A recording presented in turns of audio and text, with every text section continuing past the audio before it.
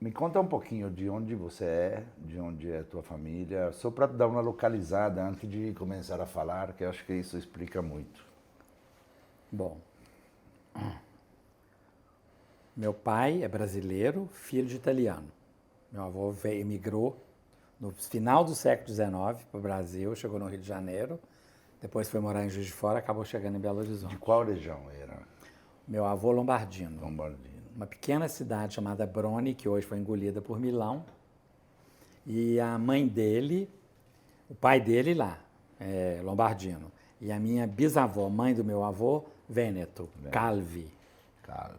Eu não tenho Calvi De sobrenome. de sobrenome, eu sou Rossi, lombardino.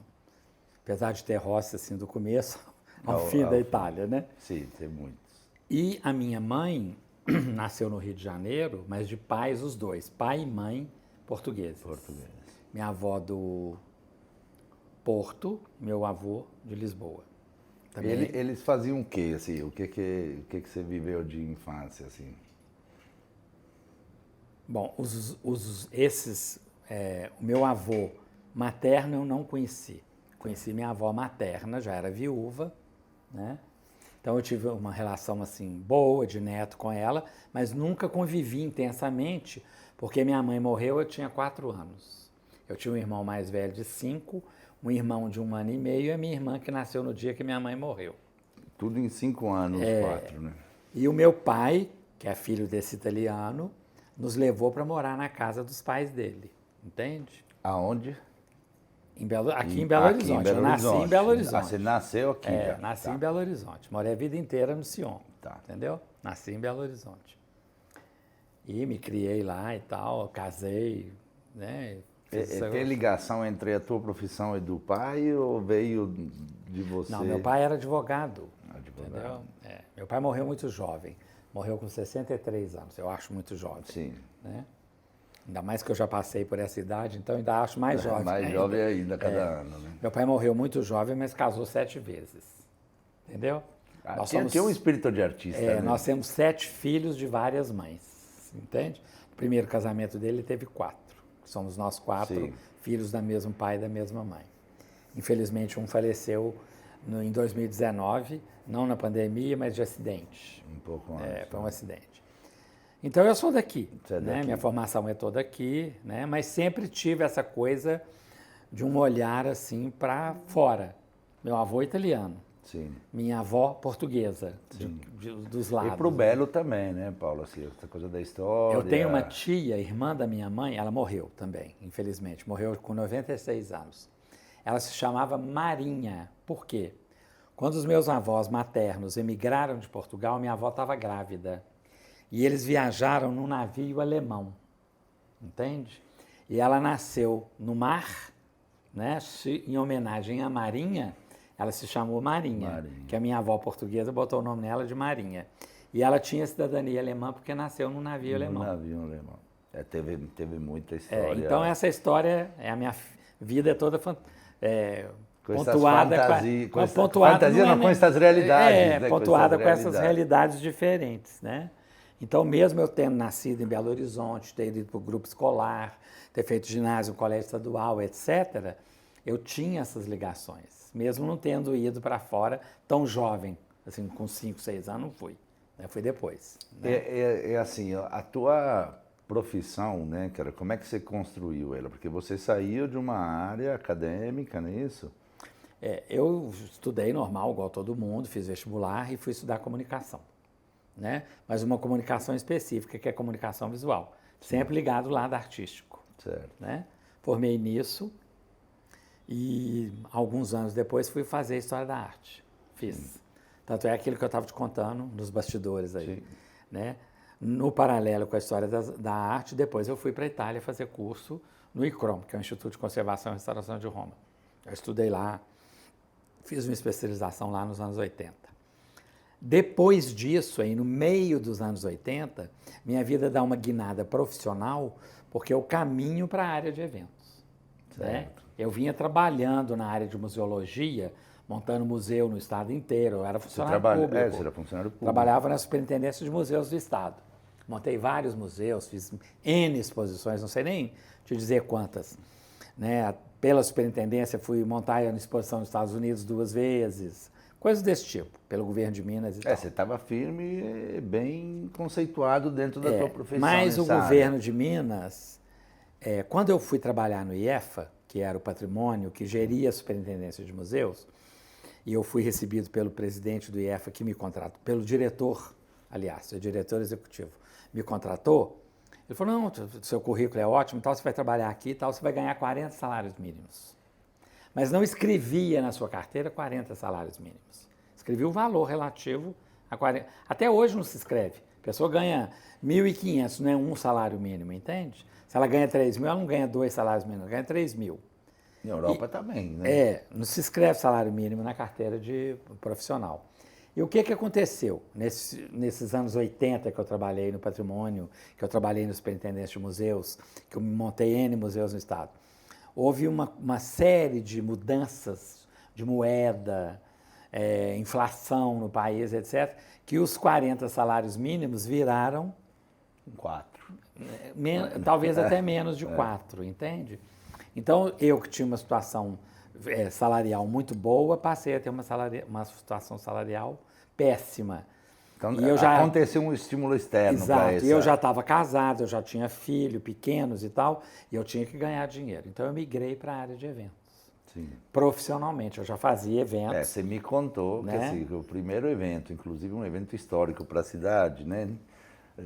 Foi o... não é histórico para a cidade, é histórico para a minha família, não, tudo bem, mas assim, já com uma chamada para umas diferenças, para umas tomadas de decisão. São os 15 anos da minha irmã, em 1970, para ser mais específico, que eu fiz esse primeiro evento. Eu não poderia dizer que ele é profissional, porque eu estava fazendo para a família, né?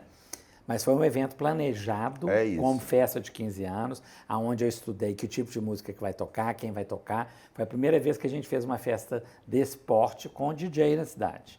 Com a iluminação contratada, né? Era todo um aparato que não se usava. Existiam as festas no Automóvel Clube, mas era tudo de lustre aceso. Teria um profissional para fazer no teu lugar? Não. Então, não existia. Então era profissional. Eu me moldei, eu me formei em função dessas coisas, do meu desejo, do meu conhecimento, de coisas que eu tinha de vontade de fazer. Sim. Eu sempre fui muito ligado em moda, né, em cinema, né, em música. Cultura, de geral. Mas eu sempre fui muito ligado em música, em cinema, em moda. Eu era apaixonado por uma modelo, apaixonado. Estou falando assim, apaixonado. Eu era apaixonado pela Verusca, uma modelo dos anos 60, uma mulher fantástica. Eu era apaixonado. Meu quarto tinha pedaço de revista na parede inteira, dos tetos até no chão, só Verusca. Mas não vem ao caso, passado. E eu fiz isso, né? Então eu fui migrando para essa área. Isso saiu bem espontâneo durante uns anos, de sempre assumir essa parte nas festas, de quase caçar as festas, né? Você falou que você sempre gostou. Eu ia muito à festa, né? Eu sempre fui festeiro, né? E a gente tinha muita facilidade, assim, não é como hoje. A gente não ia em loja comprar roupa, entende? As lojas não tinham esse feature, não tinha shopping na cidade. O primeiro shopping que a gente teve foi a Galeria do Ouvidor, pra você ter uma ideia. E o que ela virou, o que ela é hoje, né? A gente mandava fazer roupa para festa. E não tinha sábado que não tinha roupa nova, né? Tinha, na Galeria do Ouvidor, por exemplo, tinham vários alfaiates. Então a gente ia fazer calça, nos anos 70, as calças eram toreiras. Era um evento, né? Claro, exatamente. Né? Muito legal. Boca né? de sino, eu tive calça com boca com 50 centímetros de largura. Né? Sempre gostei de moda, né? De estar na vanguarda, sempre gostei, muito. Eu tinha um apelido, eu usava muita roupa quando eu tinha 15 anos, 14, 16, até os 18, tal, essa vibe aí. Eu tinha um apelido de Paulo Psicodelli, porque as minhas camisas eram todas estampadíssimas. Enquanto o povo estava todo no branco, no azul, eu já estava no colorido, entendeu? Eu já estava com camisa de botão até aqui, tudo Beatles, né? Legal. Aquela coisa Londres, Legal. que eu tinha essa vibe. Mas eu já gostava de evento, eu já gostava de fazer festa, fazia festas em casa, juntava com amigos para fazer festa na casa de amigos. Então tinha essa vibe. Era vocação mesmo. Tinha essa vibe comigo, né? E quando eu trabalhei com museus, que foi um período grande da minha vida, montando museu, tinha as inaugurações dos museus. Tá. E eu produzia as inaugurações dos museus. Festa faz parte, de uma certa forma, do cotidiano das pessoas. Exatamente, né? E no caso de ser uma instituição que agremiava pessoas para ver o trabalho, você tinha as aberturas das exposições, as aberturas dos museus. Elas tinham inaugurações. Sim. Então, elas passavam pela gastronomia, pela bebida, etc. E eu produzia essas coisas. Era uma produção... Semi-profissional, porque eu não era o profissional de eventos. Eu era um profissional, eu era produtor do museu e fazia as festas. Mas talvez não tinha nem escola para produção nunca de evento. Não sei nem se hoje. Isso é bem recente. Deve ser de... E ela eu acho assim... Não vamos entrar nessa seara. Não vamos entrar. Não vamos entrar nessa seara. O que te perguntei, que achei interessante, é quando começou a ter uns fornecedores, né? Vamos falar assim, essa área de eventos, porque assim, tem alguém que planeja, organiza, né? Mas vai contratando outras pessoas para poder nos anos 80, eu posso falar bem claramente, nos anos 80, que eu ainda estava muito ligado aos museus, já existiam. Eu, por exemplo, fazia performances nos museus, nos eventos que eu fazia, e eu contratava empresa que alugava projetores de slides.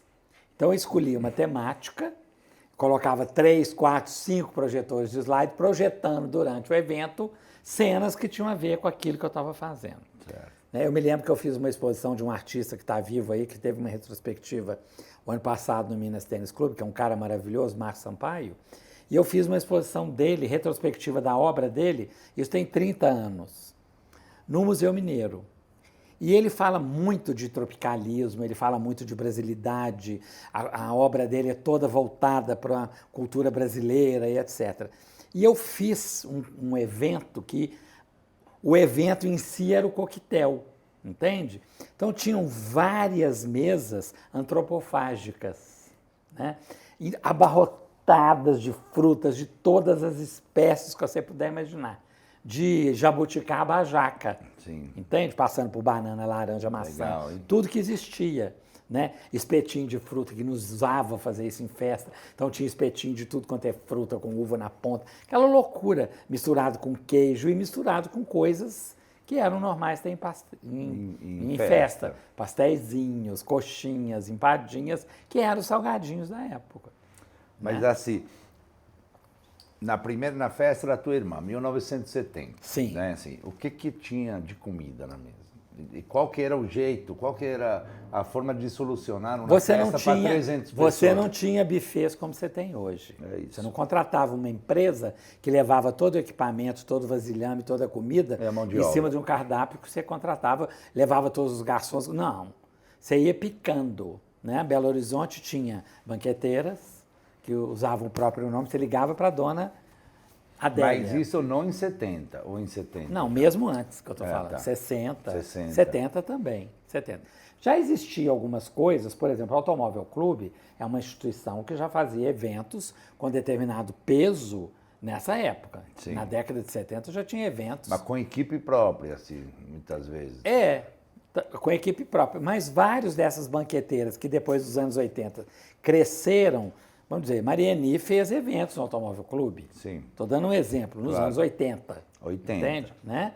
Já usava fazer. Sim. Entende? Eu estou falando de 1970. Em 70 você tinha que contratar o salgado de um, o doce do outro, a chamar fruta garçom do de outro o lugar. Garçom de outro, a cerveja ia buscar o chopp. Você né? buscava chopp, barra de gelo, comprava os engradados de Guaraná, de Coca-Cola, trazia para casa. Era um picadinho mesmo, exatamente, né? Para poder juntar para coisa. Né? E aí, quando você acha que assim...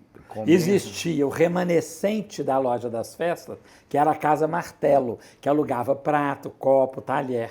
Fundamental, né? Entende? Porque ninguém tinha talher para 100 pessoas dentro de casa. Claro. Entende? Então tinha que alugar. Já existia isso, então, né? A Casa Martelo da família do Guilherme, que é dona da loja das festas, alugava para gente. E era lá na Contorno com Itajubá, lá na Floresta. Na Floresta. Ele era o único, né? O único. Não tinha dois, né? Do porte deles, não. Do porte deles, né? Não é para uma coisa de qualidade. Não existia mesa de plástico com cadeira de plástico branca. Graças a Deus. Isso não é bom, existia. né? Tinha pouca escolha, mas era boa, né? Graças a Deus não existia. Tinha pouca escolha, mas era boa. E aí, salões também poucos, assim. Se usava mais casa. Que eu me lembro, você tinha, por exemplo, você tinha um automóvel clube que está aí desde os anos 20. Tinham festas maravilhosas. Tinha os clubes, assim. Os clubes. O iate fazia muitas festas, o automóvel clube, depois o Pique veio a fazer e etc. Né? Jaraguá, na Pampulha, essas coisas. Todos tiveram festa. Mas local de evento, tipo a gente tem hoje, só a casa para eventos não era comum. Não era comum. Não. Então surgiu um na Avenida Cristóvão Colombo, na Savassi, e em 1970 eu fiz essa primeira festa de 15 anos, com DJ, com luz, que foi o aniversário de 15 anos da minha irmã. Com 15 casais, as mulheres todas, não era usual, todo mundo fazia tons. Eu falei, eu quero tudo vermelho, as mulheres todas de vermelho, os homens todos de smoke, a valsa foi toda assim, né? Eu me lembro da menina que eu dancei, assim, era linda na época, Maria Cristina Biagioni. Não está aqui entre a gente mais não, já foi para o outro lado, né? Mas tem memórias maravilhosas da festa. E era uma festa que transgredia, porque ela não era aquela coisa de dançar junto, lá, larará, larará. Teve isso também, teve a valsa e tal. Mas depois da valsa, já foi pauleira, balada, DJ, entendeu? Rock and roll, twist. E daí para frente. Mais do que twist, né? Já era iê, entende? Né? Bom, aí de 70, quando começa a ter a primeira empresa que você liga e fala assim, eu vou fazer um casamento, quero sentar para falar do meu casamento e se pensa em um cardápio, se pensa em material, ter uma equipe, ou seja, isso foi... Por exemplo, hoje você tem divisões que facilitam muito os trabalhos, por exemplo, você tem empresas que só alugam material. Sim. Tipo a Loja das Festas era lá nos anos 50, você tem hoje pessoas que a Loja das Festas está aí fazendo a mesma coisa, né? Mas você tem gente que tem material de primeira linha, que só mexe com isso. Sim. Mas os bufês que antecedem isso tinham os seus materiais. Mas hoje também. Sim, mas estou dizendo, era usual contratar o buffet e ele levar os talheres e os pratos brancos. Mas isso a partir de quando? 70. Que fica também. Usual. E quem foram os primeiros banqueteiros da cidade? Na tua, não tem obrigação, se não acertar de mesa, não tem problema, não? Não é. De lembrança. A questão não é. Eu acho que banqueteira na cidade sempre teve. Tinha a dona Luzia, tinha a dona Adélia, e tinha as mulheres que cozinhavam, que faziam comidas para mais pessoas, que faziam casamentos. Sim. Os casamentos eram dentro de casa. Mas acabava que era mais uma encomenda que uma entrega de uma festa. Não, mas muitas vezes as banqueteiras levavam e terminavam as coisas dentro da casa, usando a cozinha da casa. Ok. Né? Sempre teve gente de poder aquisitivo alto na cidade. Então tinham festas em casa. Mesmo que mais modestas, mas também em casa. Sair para fora da casa para fazer eventos, casamentos, 15 anos fora de casa, não era usual. Então eu estou dizendo que essa festa... Só clube. A festa da minha irmã nos anos 70... ela é uma coisa transgressora, porque não era comum alugar um espaço para fazer uma festa, levar os convidados todos para lá. Entende? Você tinha festa, mas não era comum também fazer 15 anos nos clubes, não. Faziam mais dentro de casa. Entende? No automóvel clube, sim. Não tem a menor dúvida. Sempre fui o mais... Era o top da cidade. Né? Era o que tinha, mais bacana. Mas isso vem mudando. Agora... surgir os bufês que você vai e contrata, pesado, anos 70. Né? Aí vão aparecendo esses que duram alguns até hoje, alguns desaparecendo, alguns mudando porque as pessoas morrem também, né? As donas dos bufês desaparecem. A gente teve Dona Catarina, que foi super importante, Belo Horizonte, Mariani, que foi super importante, Dona Maria José, que era dona do Russo, né? A Mariani é dona do Marcelina, Dona Catarina do Buffet Catarina, Dona Maria José do Rulos, Dona Célia Souto Maior, entende? Tudo na mesma, mais ou menos na mesma época. E você tinha um buffet na cidade, que é um mais, talvez, buffet mesmo, mais antigo, que é o Buffet Faleiro, né? Que ainda existe até hoje. Né? Sim. Era um buffet que todo mundo encomendava coisas do Buffet Faleiro, mas não tinha essa conotação de hoje. Fazia a festa como um todo, entende? Você tinha coisas que eles faziam e coisas que eles não faziam. Claro. Né? Salgadinho, sim. Era comum. Era comum de pegar Era lá. comum. Buffet Faleiro foi um buffet muito importante na cidade também. Você tem uma memória fantástica, né? Assim, eu fico impressionado. Quando você percebe umas mudanças, assim, umas viradas de chave ao longo das décadas, assim? Isso tudo tem a ver com conjuntura econômica, com conjuntura política, né? Sim. As pessoas, todo mundo que tem poder aquisitivo sempre viajou, sempre frequentou festa, Sim. independente de que século. Sim. Século XV, Sim, XVI, sim, XVIII, sim. XX, as pessoas estão fazendo isso. Mas aqui, particularmente no Brasil, e mais fora do grande eixo que é o Rio de Janeiro é outra história, Sim. é outra vibe. Mas nós estamos falando de Belo Horizonte. Anos 30 já tinha festa... Na Babesca. Né? Eu estou falando de Belo Horizonte. Com as aberturas políticas, né? Por exemplo, saímos da ditadura, as coisas começam a mudar. As pessoas começam a viajar mais. Abre produto de importação. Aí já é Collor, né? Tá. O Collor realmente, assim, apesar de toda a coisa horrorosa que ele fez, houve essa coisa de abertura dos portos das nações amigas. Ele repetiu um gesto de Dom João VI. Né? Começou a chegar coisa importada no Brasil. Eu me lembro que houve uma febre de doce de leite uruguaio. Entende? De tudo, né? Né? Apesar de Minas Gerais ter o doce de leite maravilhoso que tem, teve uma febre de trazer doce de leite uruguaio. Alfajor do Uruguai, de Buenos Aires, sabe? Alfajor de Buenos Aires.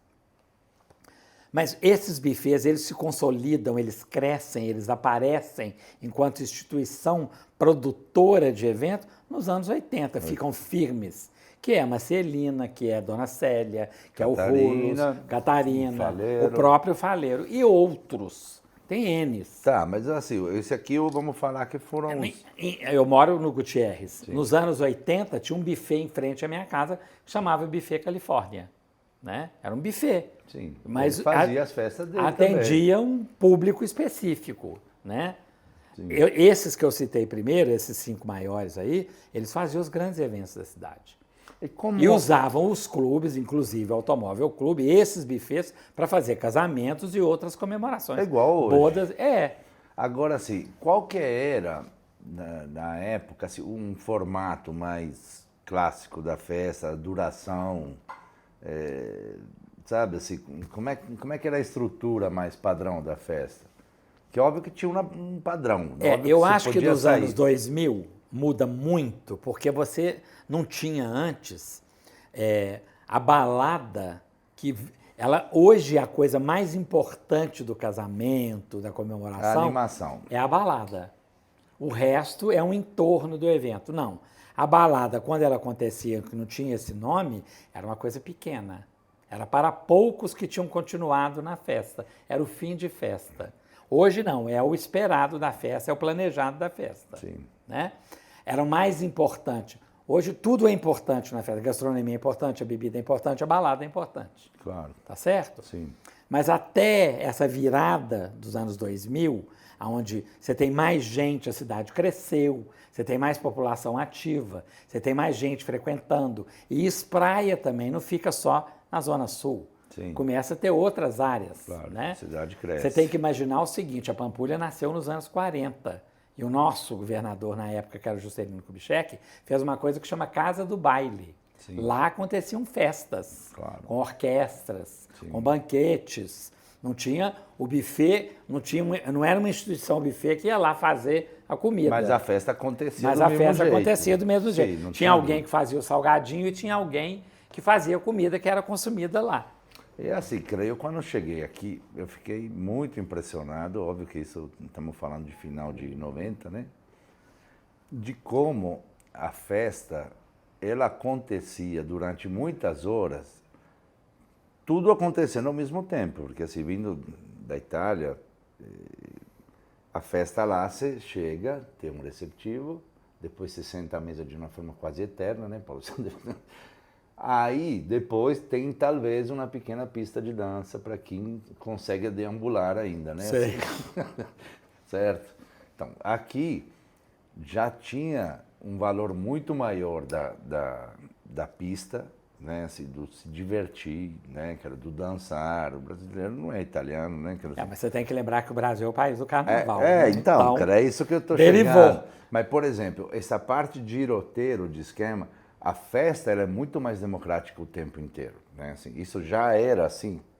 Ou as festas eram mais... Não, vou te falar assim, por exemplo, quando eu era adolescente, pré-adolescente, 14 anos, eu já era adolescente. Sim. Eu ia em festa de 15 anos. Primeiro que era obrigatório de terno.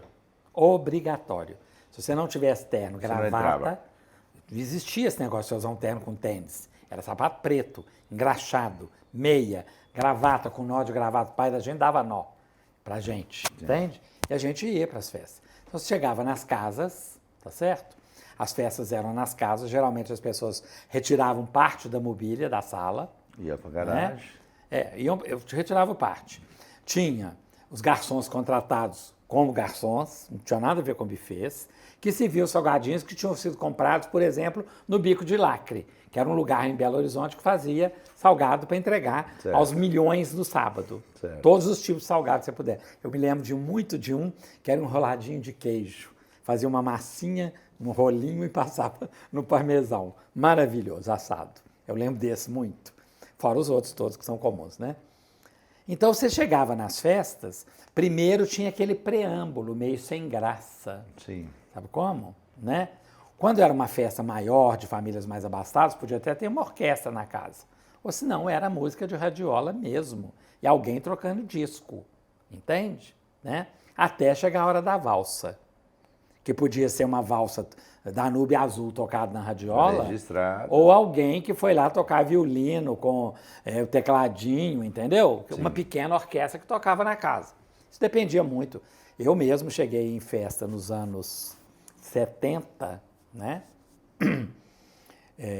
De pessoas que têm poder aquisitivo alto, que eram inexplicáveis, né? Aqui em Belo Horizonte, né? No bairro Sion, por exemplo, fiz uma festa de 15 anos de uma amiga, posso falar o primeiro nome dela, chama Sandra, né? Fui convidado para essa festa e é inesquecível. Isso é anos 70, precisamente em 71, deve ser. Bem começando. Bem começando. Mas uma festa maravilhosa. Mas quem tinha esse poder aquisitivo alto, que tinha uma casa gigantesca, que podia receber 500 pessoas na casa, eram poucos. Sim. E eles traziam muita coisa também de fora. Né? Orquestra de fora do Rio de Janeiro, buffet de fora do Rio de Janeiro, etc. Era comum. Né? Já tinha esse hábito para quem tinha poder aquisitivo alto. Claro. Né? E a cidade não oferecia isso. E a cidade passa a oferecer com mais intensidade. Mas quanto duravam na festa? Muito tarde, 2 horas. Então, isso é uma O normal mudança. era dançar a valsa meia-noite, mais um pouquinho, rua. Então, essa é uma Aí mudança. tinham as extensões de festa. Não, aí cada um se virava no não oficial. E no não oficial sempre existiu, né? Não tem jeito. Aí, os salões começam a entrar na cidade quando? Fora os clubes. Tipo assim, vamos começar a ter um produto para poder fazer as festas. Não, eu te disse, nos anos 70 já tinham salões. Tanto Dos que eu clubes. fiz a... Não, Mas era quase um... mas era o salão. o salão. Só o espaço em si com 2 banheiros. Entende? A profissionalização disso é nos anos 2000. Que crescem os salões do jeito que eles cresceram.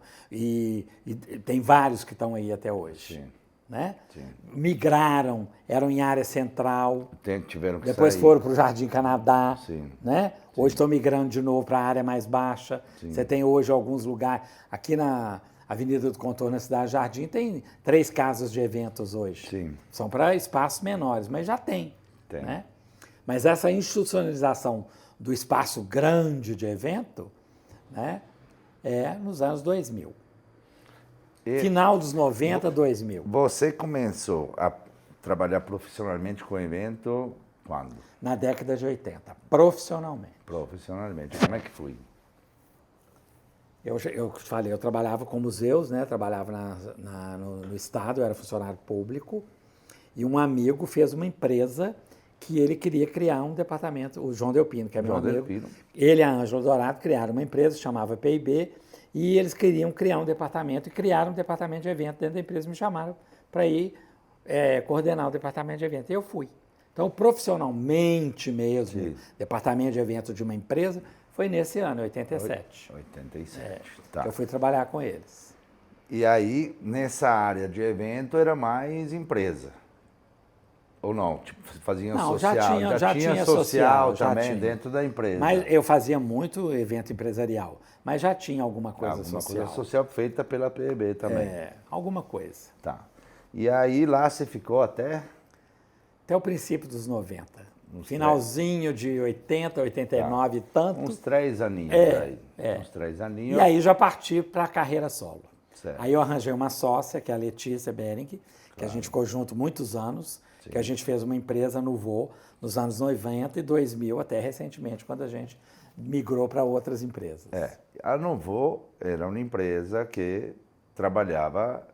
Bom, aí eu falo da minha experiência depois de 2007, 2008, que começou o Clube do Chefe, né? Que a gente chegou a aproximar, a ter uns eventos importantes junto aí. Era uma empresa que fazia só puta evento, assim, né?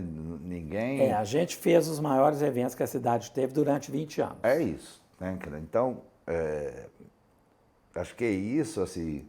Como é que começou? Você lembra um evento que você acha que mudou o volume, assim? É difícil ficar citando o nome das pessoas. Não, mas não é nome de pessoas. Não, mas eu posso te dizer, eu fiz um evento... O que foi o evento? Não, vou te dar um exemplo. Eu fiz um evento, que era uma festa de 60 anos de uma pessoa pública, no Fariste. Esse evento mudou a cidade. É isso que eu queria saber. Né?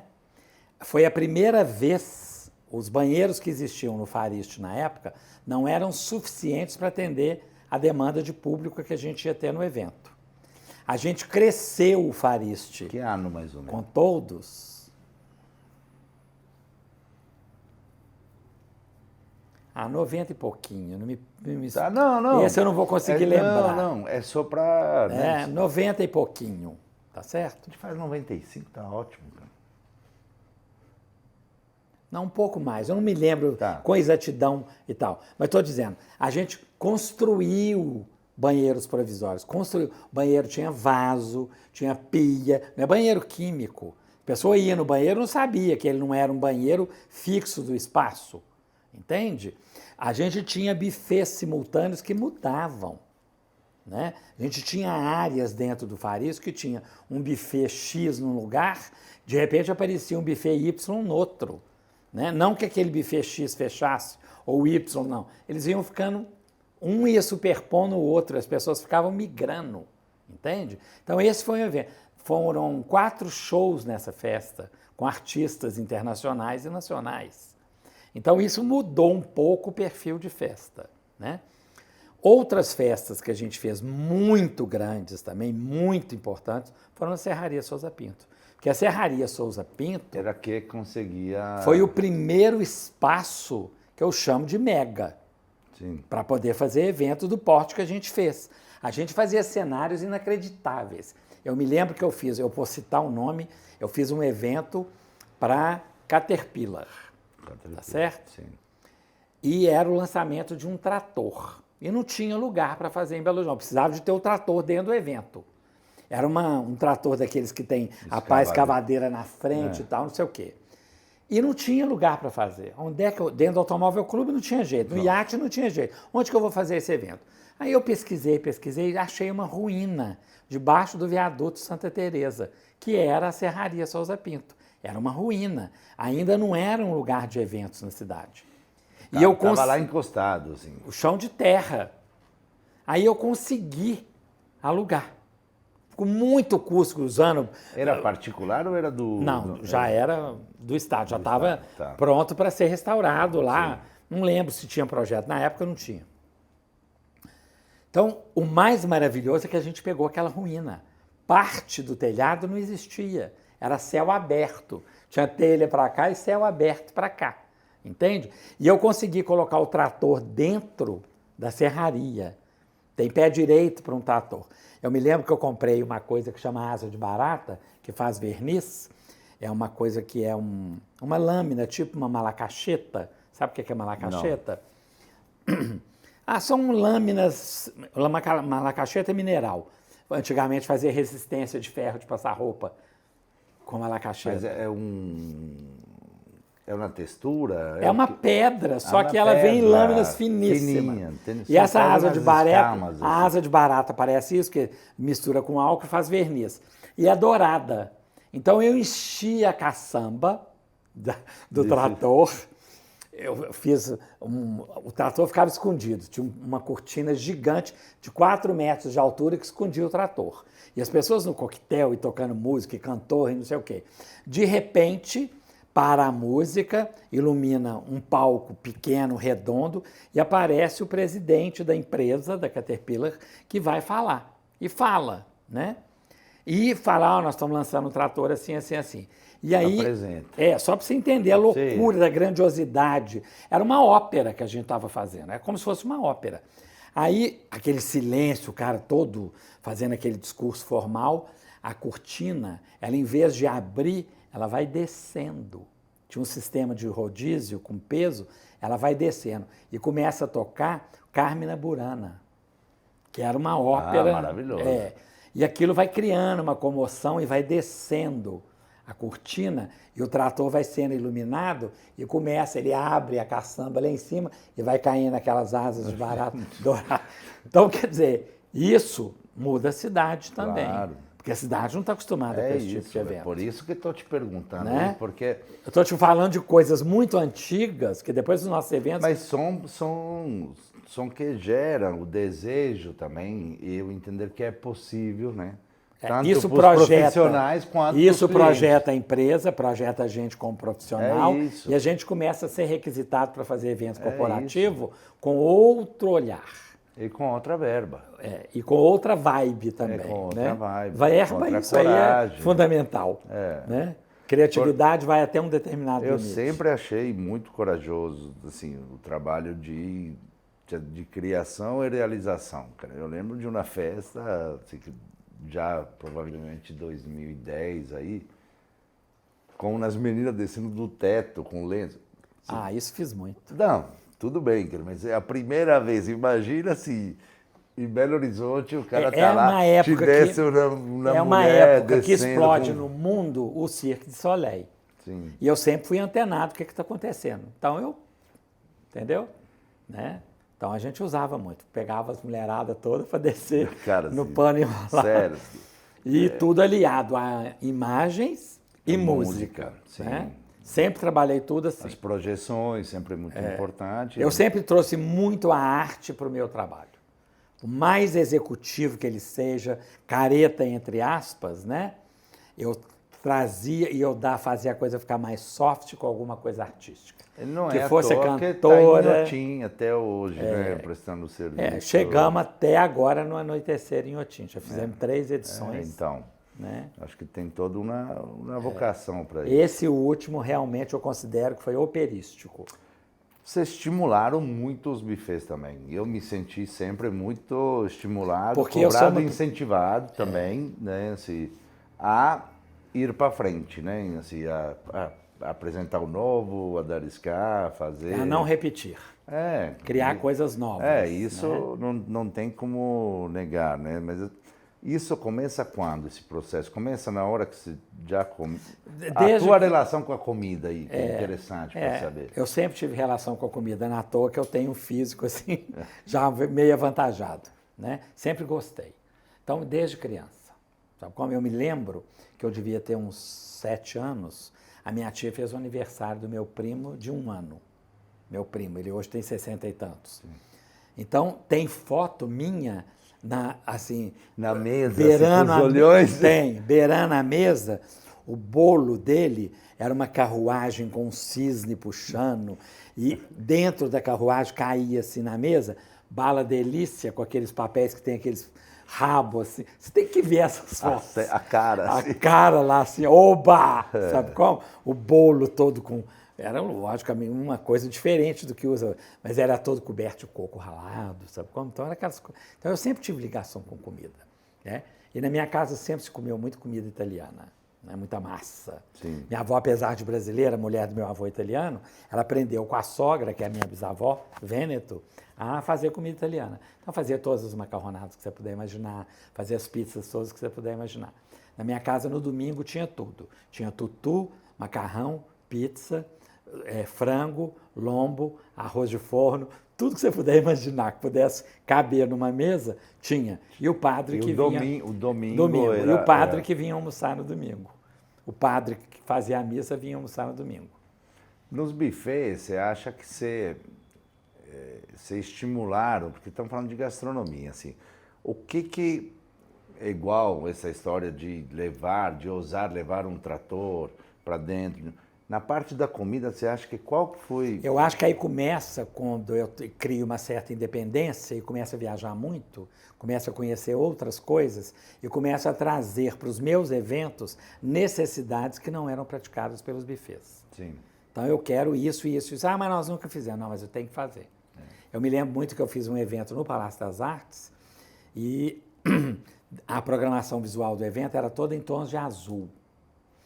E não existia guardanapos azuis, de papel que eu estou dizendo. Sim. Era um evento executivo, não ia usar guardanapo de pano para 1.000 pessoas, que claro, cabia no Palácio das Artes. E foi um parto, porque o buffet não entendia que tinha que ter guardanapo azul. E teve guardanapo azul. Eu mandei fazer. Não, mandei fazer. O papel existia no país. Sim. Tingi. Né? Eu tinha tempo, tingimos o papel, fizemos o guardanapo. Tinha máquina de fazer guardanapo e os guardanapos foram azuis. Né? No campo da gastronomia, por exemplo, muita coisa que eu conheci fora, né? Muita comida que eu experimentei, vi, né? Aí eu trouxe essa informação. Vamos fazer isso? Vamos testar isso? Não, e também eu fiz um evento, eu vou me lembrar aqui, fiz um evento para a Divina Decadência, uma casa, assim, ela é icônica em Belo Horizonte, que era a casa do Armando. Sim. E o buffet ficou a cargo do Café Ideal, do Rata, né? Não era favorita ainda era Café Ideal. E o Armando estava lançando uma nova marca que se chamava Laranja Mecânica. Então eu fiz assim N reuniões com Rata, porque eu queria que o buffet fosse Laranja Mecânica. Não ia ter, eu tinha acabado, assim, já tinha uns 10 anos que eu tinha lido o livro Laranja Mecânica, ou mais, tinha mais de 10 anos. Mas eu não queria que tivesse Molococon. Molococon era uma bebida que eles tomavam e ficavam loucos, etc. Não era isso que eu queria, mas eu queria que a comida do evento tivesse a ver com a Laranja Mecânica. Então eu fiz N reuniões com o Rata, e o Rata também muito criativo, foram feitas várias coisas com laranja. Eu me lembro de um salgadinho, que era o seguinte, era uma laranja quincan, sabe o que é laranja quincan? Claro, aquela laranja pequena, que ele partiu no meio, tirou o miolo da laranja, preservou as cascas, fez uma pasta com o suco da quincan e gorgonzola e recheou a laranja quincan. Então ele colou as duas com um palito que tinha uma coisa que saía assim, como se fosse uma pequena explosão da laranja, entende? Você pegava aquele negócio com um palito, abria assim, comia um e comia o outro, com um sabor completamente laranja diferente. Gorgonzola. Quincan com gorgonzola. Né? Mandarino chinês. Não, mas você não imagina as coisas que a gente fez para esse evento. Isso o Rata, né?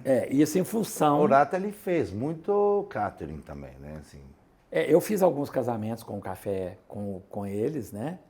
E até depois, né? Fiz assim. festas nos restaurantes deles, né? Sim. Por exemplo, a primeira festa, casamento no La Vitória, foi eu que quase matei o Mota para ele permitir, porque não permitia, né? E eu não só fiz no Café Ideal, não. Eu fiz no Café Ideal e ainda construí uma tenda gigante para poder caber o povo. E transformei o La Vitória, não foi Café Ideal, não, La Vitória, no bistrô. Então, o restaurante funcionava como bistrô. Foi uma sacada que eu tive, porque eu tinha toda a infraestrutura. Sim. Tinha cozinha, tinha metro, tinha garçom. Estava lá o bistrô. A galera já conhecia, né, o espaço, a então, eu fiz a festa, a cerimônia, a balada, os shows, tudo no outro lugar que eu construí no entorno. E para comer, ia para dentro do La Vitória. Isso foi uma virada também. Também, né? Foi uma grande virada. Porque, por exemplo, essa história de você fazer um serviço à la carte e num casamento. Eu me lembro que o primeiro serviço de bistrô que eu fiz foi num aniversário de 40 anos. Tinha uma cliente, maravilhosa, Rosângela Gontijo, que eles faziam a festa do marido. Falou, Paulo, eu quero alguma coisa diferente. Então a gente inventou o bistrô. A gente sabia, existia bistrô no mundo todo, não, mas, claro, né? acho que Mas não em eventos. Mas porque o serviço à la carte, normalmente em evento, é uma sequência. Não tem pedidos. Aham. Né? Você senta à mesa, tem um cardápio pré-definido, né? É quase que o menu degustação. É um menu de degustação, né? Assim, agora, você chegar e num salão que você nunca foi, fazer um mapa de mesa com uma galera de extra. Mas até hoje ainda existe muita resistência por parte de quem faz a comida, em alguns setores, e por parte de clientes. Sim. Eles não acreditam que o bistrô vai dar certo, e alguns cozinheiros, vamos chamar assim, alguns buffets, ainda têm medo de fazer. Tem alguns que não, a entrega não vai, né? Assim, mas até hoje eu pergunto para a noiva assim, você vai em self-service à noite? Ela fala, não. Eu falei, vai abrir um no dia do teu casamento? Né? Porque assim, não existe um jeito melhor da comida ser servida para você que não seja feita na hora e vem para você. Isso ainda não inventaram. Não. Né? Dá mais trabalho? Dá mais trabalho. Tem que ter uma competência, tem que ter mais mão de obra. Isso tem que ser entendido também da seguinte forma. Tem gente que tem educação, eu estou falando não é educação formal, educação para isso, que entende o que é comer bem, que entende o que é ser bem servido, que entende o que é uma comida bem produzida e bem servida, e valoriza isso. Sim. Então entende o bistrô. Sim. Porque senão, não pode ser buffet mesmo. Hoje a gente vive um buffet com upgrade, que é o gastrobar, né? Assim, mas não é a mesma coisa que eu sair da cozinha e numa louça aquecida. Não existe. Não existe. Não inventaram, senão os restaurantes seriam diferentes. Né? Não existe. Isso foi uma grande mudança, assim, né? E isso Agora, você posso sabe te que não dizer- existe lugar nenhum, né? Eu posso te Daqui dizer de que BH, isso, e né? no Rio e São Paulo isso não é existe. muito usual. Não. Eu fiz com o maior buffet de São Paulo um bistrô em Belo Horizonte que não deu certo. Porque não é assim, né? Também. Não é de um dia para o outro. E ele, o dono do buffet, ficou impressionadíssimo e ele quis fazer, mas não funcionou. Deu certo, mas não funcionou como eu queria. A gente teve um grande aprendizado ao longo desses anos aí. A gente entrega muito bem isso, cara. É bom demais, porque uma vez, na festa nossa, tava o cara do Piantella. Você lembra como é que chamava o dono do Piantella em Brasília? Agora não vamos... Cacá? Não, não é o Cacá. ele foi sócio, eu acho que depois. Não vou me lembrar. Tá, mas aí me chama na cozinha no Domus e me fala, tem um cara querendo falar com você. E você não sabe se encontrou um dente de alguém dentro do prato, né? o que? Chegou lá e me falou, vem cá, me explica essa história, assim. Eu pedi um prato, 6 minutos, e me chegou o prato, louça aquecida, cloche, né? Mas tinha pedido já um prato aí, eu tinha pedido para ser mal passada, a carne veio mal passada, mas como é que funciona isso? O cara é um profissional da época, assim, né? Um restaurante gigante em Brasília. Então, isso na cabeça das pessoas é quase inviável, né? Uhum. Ainda é. Ainda tem muita insegurança e tem muita experiência ruim também, né? Tem alguns pratos que é impossível você fazer no bistrô. Não.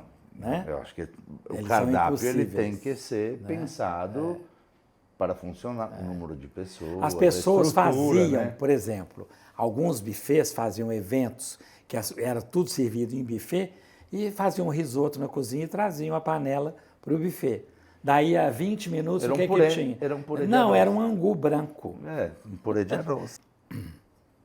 Mas você estava me falando antes também, que a gente estava sentado aqui antes de começar a filmar, você queria que eu falasse um pouco da história. Sim, eu acho que essa Um memória... pouco da minha memória, assim, o que eu lembro, né? Você começou me informando no ano 40, que ninguém chegou nos anos 40. Bom, eu não nasci nos anos 40, mas eu nasci você nos anos tem 50. lembrança de Mas a de minha conto. família já frequentava.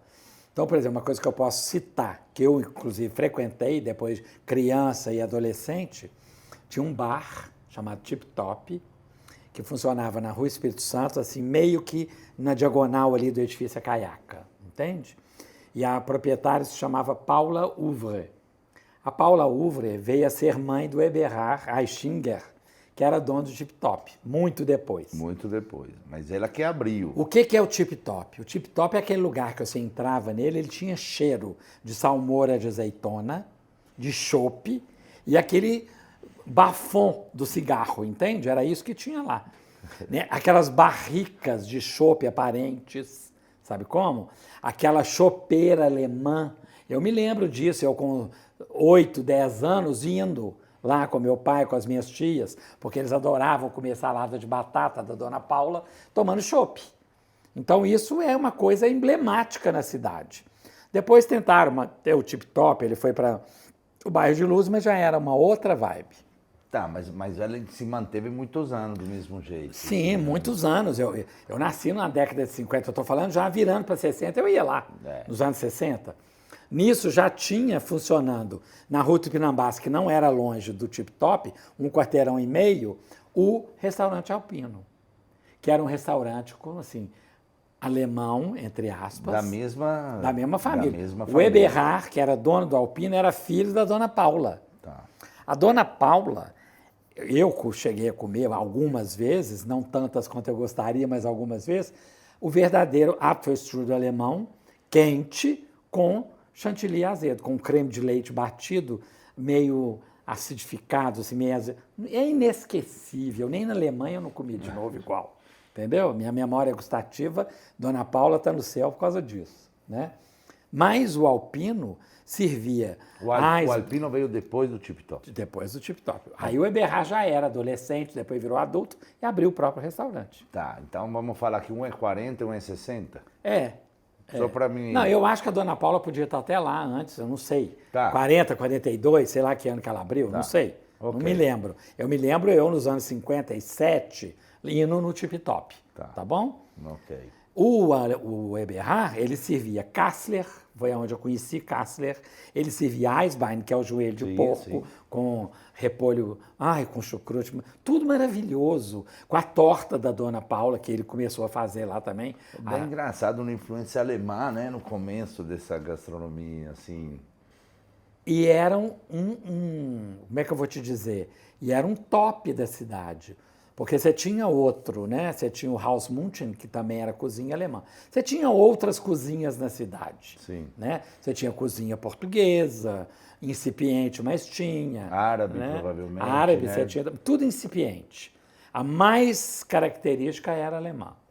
Você imagina que o Minas Tênis Clube existe desde os anos 40 também. Sim. Né? A construção dele é nos anos 30, né? Ele inaugura, está fazendo 90 anos esse ano, né? E sempre com restaurante. Agora, qual que era a marca do Minas Tênis Clube? Feijoada de sábado. E até hoje é feijoada famosa ela. Feijoada é comida hoje. brasileira. Né? Eles diversificaram, esses buffets que estão lá, você vai lá e serve e tal. Não era isso, era tudo à la carte. E tinha hora dançante no Minas, né? Então as pessoas iam para dançar sábado à noite, jantavam no Minas, tinha um cardápio. Uma boa desculpa também para se divertir. Eu me lembro desse prato, Poisson à la Belle Meunière, que é o peixe branco com alcaparras, né, muito azeite, né? Isso era um prato com batatas coradas, né? Deve estar lá ainda, né? Não sei, eu não vejo mais em cardápio. Era um prato que eu adorava, filé de Poisson à Belle Meunière, adorava. Sumiu. Sumiu. Não vejo mais isso em cardápio nenhum. E o Minas tinha, como tem a feijoada até hoje. Né? Aí teve esse Mas a gente teve alguma coisa nos anos 70, que a virada da cidade, por exemplo, a cidade era toda na área central. Sim. Aí ela migra. Tinha uma padaria, que chamava Padaria Savassi, na Praça Diogo de Vasconcelos, e essa padaria ela é muito famosa e começa a ficar mais famosa ainda. Tá. A gente tinha, naquela praça, a gente tinha Padaria Savassi, supermercado Serve Bem, que servia vaca preta e milkshake. Você sabe o que é vaca preta? Grapete, que é um refrigerante de uva, em cima das 2 bolas de morango no copo duplo. Então ele espumava e você tomava no canudão. Caraca, né? Isso é radical. Vaca preta, E você tinha o Cine Patê. Então, a juventude dessa zona sul, dessa área da cidade, eu morava lá do lado, a gente frequentava o Patê, frequentava o Serve Bem. O Patê era cinema. Uma frequência alternativa ou era comportada, Paulo? Não, você tinha de tudo, né? Você tinha passava cinema normal, era um cinema de bairro normal, Tá. né? Não era o Cine Brasil da cidade, não era o Paládio que veio nos anos 60, que revolucionou com 1000 lugares, né? Outra coisa. Cinerama, outra coisa. Era bairro, assim, É, uma coisa... e tinha uma molecada que era a turma da Savassi, que era pesada, brigava com a turma da Major Lopes, aquela coisa, briga de anos 60. E eles pegavam o letreiro do patê, estava escrito lá de repente assim, e o vento levou. Eles pegavam as letras e escreviam pornografia. Então o povo passava de manhã, estava um título pornográfico, entendeu? Era mexível. Você tirava a letra e ia Colocava pendurando. em outro lugar. E isso era comum. Era uma palavra cruzada. Então Né? todo mundo passava para ver qual que era o palavrão que ia ter. Né? Eu atravessava a cidade, isso eu já era 12 anos, 13 anos, eu passava e ia no patê para ver qual que era o palavrão que estava lá. Mas nos anos 70, quando a cidade migra um pouco para a área da Savassi, começa a surgir barzinhos, boutiques, não sei o quê, abre um espaço chamado Don Quixote, que revolucionou a cidade. Don Quixote nunca tinha ouvido. Don Quixote revolucionou a cidade. Todo domingo começava às 4 horas da tarde, a hora dançante. Era liberado, podia entrar menino de 11 anos de idade. De 12, de 14, de 16. Isso era onde? Você lembra? Sei, exatamente no meio do quarteirão da Cristóvão Colombo, entre a Fernandes Tourinho e a Getúlio Vargas. No meio do quarteirão. Hoje tem um banco. O Banco Itaú está lá no lugar. Tá. E era enorme. Você tinha a parte baixa, com pista de dança gigante, com palco, né? Muito chopp para vender. Era bebida oficial, Don Quixote. O nome né? já falava. Refrigerante. Eles não vendiam bebida para menor. Isso era rigoroso. E as arquibancadas em cima, os mezaninos. Os camarotes. Né? Os camarotes. Então a gente ia para dançar.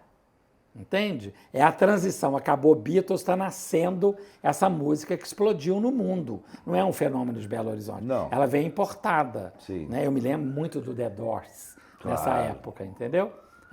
Assim, comecinho dos anos 70. Né? Não, é inesquecível isso. E era um lugar maravilhoso. E a cidade queria ir para o Don Quixote. Isso você sabe que nunca ouvi. Assim. Nunca ouviu falar? Nunca me fui comunicado. Mas deve ter tanta coisa, porque depois também é muito... Não, a cidade teve coisas emblemáticas. No paralelo, tinha um outro lugar que era bem underground, muito underground, mal frequentado, mal falado, que se chamava Le Mocó, que era na Rua Caraça, na Serra. Era um bar. Um bar. Talvez hoje ele fosse conhecido assim como um bar meio LGBT. Tá. Não tinha esse conceito. Mas alternativo. Um bar não existia isso, né? Mas tinha. Era o LGBT da época, entende? Sim. E era muito mal falado. Sempre tinha batida policial, né? Mas os donos eram pessoas de projeção. Luiz Carlos Maciel, Luci Panicali eram artistas, era atriz, entendeu? Então... Legal. Iam presos, mas eram soltos imediatamente. Mas era essa coisa meio isso maldita. Isso é época da ditadura, assim? Maldita. Ditadura, auge da ditadura. 68, 69, entendeu? Auge da ditadura, tinha isso, né? E em vários bairros da cidade tinham outros. Por exemplo, na Floresta tinha um bar que ia mais mulher, essa, né, hoje chama Sapa, né? Sapa, Sapata, sei lá o quê. Mas na época tinha um bar que chamava Caixotinho, só ia mulher. Ia um homem também, mas a tônica era mais uma tribo Mas dele. você imagina isso na época da ditadura. Fácil, não. E no boca a boca todo mundo ficava sabendo, entende? Né? Tinha o Lemocó lá na Serra, tinha o Caixotinho na Floresta e o Don Quixote, que era aberto para juventude na Savassi, entende? E era glamuroso, né? Você lembra de um restaurante de comida mineira antes de Lucinha e Chapuri? Bom, eu não posso te dizer, eu não sei exatamente o ano que a dona Lucinha, que ela é anterior ao Chapuri, que a dona Lucinha abre restaurante ou institucionaliza. Mas tinha o Maria das Tranças também, que era super famoso. Mas você acha que é anterior? Pode ser concomitante. Concomitante. Entendeu? Concomitante. Né?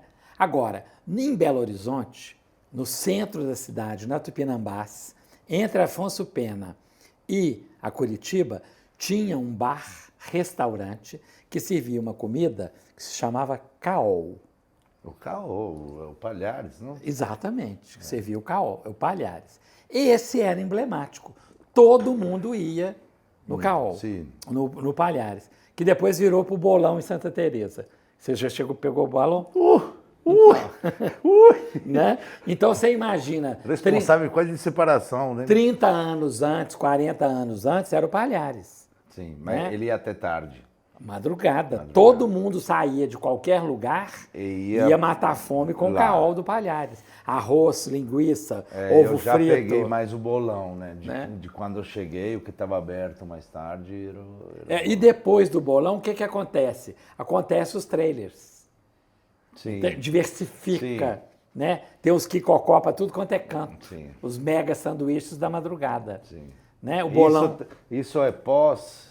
Isso é pós. Final dos anos 70 já começam os trailers, entendeu? Isso é legal de chamar alguém de um trailer legal também, né? Já começam os trailers, que eles desapareceram também. Hoje virou... virou uma estrutura um pouquinho mais sólida. Até mas você não tem aqueles trailers mais, né? Essa coisa que tem aí hoje, as caminhonetezinhas, truck food, não tem nada a ver com os trailers da época, entendeu? Não tem nada a ver. Era uma carrocinha de cachorro-quente gigante, expandida. Sim. Né? Eu me lembro muito que eu saía muito de festa e ia para a Avenida Getúlio Vargas, tinha uma feira livre, no quarteirão entre a Contorno e Alagoas. Tinha uma feira livre. Mas isso de dia. No sábado de manhã. Então a gente ia em festa sexta-feira, ia para Getúlio Vargas, que tinha o quicocó, que era um trailer que servia esse sanduíche. O que é quicocó?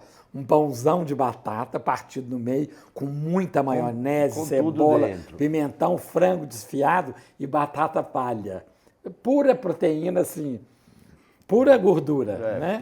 Mas era delicioso. Proteína, gordura e carboidrato. Era delicioso, delicioso. Eu queria falar às 6 da manhã. Eu queria falar carboidrato, falei proteína. A única coisa aberta aí para comer. Mas o que era interessante era todo mundo em volta dessa carrocinha comendo, não sei o quê, e os feirantes montando a feira que ia abrir 7 horas da manhã do sábado.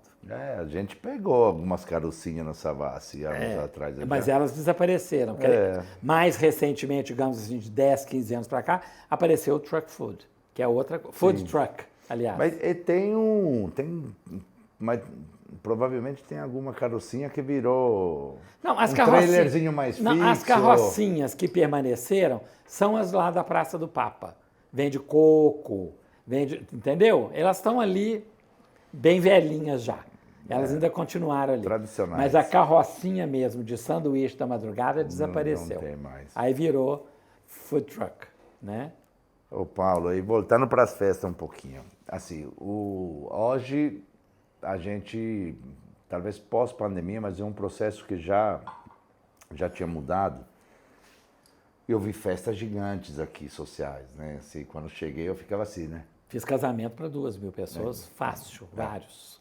É um negócio que, assim, vários. Nem a Europa é difícil de contar, né? A pessoa não acredita, né? Se não tiver foto. Nós fizemos um almoço para a Fiat com 6.000 pessoas. Isso existe em Belo Horizonte, na história está registrado. Sim. Entende? Mas o social me surpreende mais, assim, me surpreendia, né? Hoje... Não, mas esse é social, eram os funcionários da Fiat, era uma comemoração da Fiat. 6.000 pessoas comendo, juntos, bebendo, dançando, show. Ainda não tinha essa indústria sertaneja, mas já eram sertanejos. Sim. Entendeu? Era o popular, né? Mas estou falando um casamento de 1.000 pessoas, 2.000 pessoas. É um negócio que é difícil de contar para alguém. Hoje eu sinto que está ficando muito mais parecido, não é parecido, mas mais contido, né? O projeto ele melhora a qualidade da comida, da bebida, diminui muito o número de convidados, assim. O primeiro que eu acho que é um fenômeno que aconteceu não é pós-pandemia, não, é antes da pandemia. Antes, falei, a pandemia também influencia isso. Sim, mas você tem muita mudança de dinheiro de mão. O dinheiro migra. Você hoje tem gente que tem poder aquisitivo para fazer festa que é completamente diferente desse que fazia festa para 1.000 pessoas, né? As pessoas que sempre tiveram poder aquisitivo Mas será alto, que os filhos também já não... mas a cultura mudou. Então. A cultura mudou, né? O exclusivo, entendeu? De um determinado momento da história para cá, poucos anos para cá, ele passa a ser muito mais importante do que o inclusivo, né? Hoje a gente está tendendo muito mais a ser indivíduo, entende? Por isso que houve essa restrição. São os eleitos. Eu acho que também você promove para eleitos. As pessoas tomam mais decisões, será que hoje as pessoas, nesse processo, tomam mais, escolhe mais o que ela quer? Sem dúvida, né? O dinheiro faz isso, né? A pessoa tem mais opções, dinheiro faz isso. Você amplia seu leque de opções com dinheiro, né? Agora, eu não acho que é porque a pessoa pode escolher mais que ela restringe, não. Ela restringe porque ela quer ser mais exclusiva, mais indivíduo, mais individualista. A patota tende a ser menor. Mas será que a importância dos relacionamentos periféricos também encolheu? Eles se dão de outra forma hoje. Pode ser, Né? pode ser. Vamos falar aqui de 15 anos atrás. As raves mudaram um pouco a visão dessas festas gigantes. Hoje tem Lollapalooza, Rock in Rio, que começou há 40 anos atrás, etc. Eles foram mudando. Então, essa coletividade que independe do poder aquisitivo de cada um acontecem nesses momentos. As festas hoje são mais seletivas. Sim, é isso que a gente Entende? sente. Você convive com a sua tribo. Entende? É isso que a gente Você não faz sente. uma festa para 1.000. A sua tribo está na festa.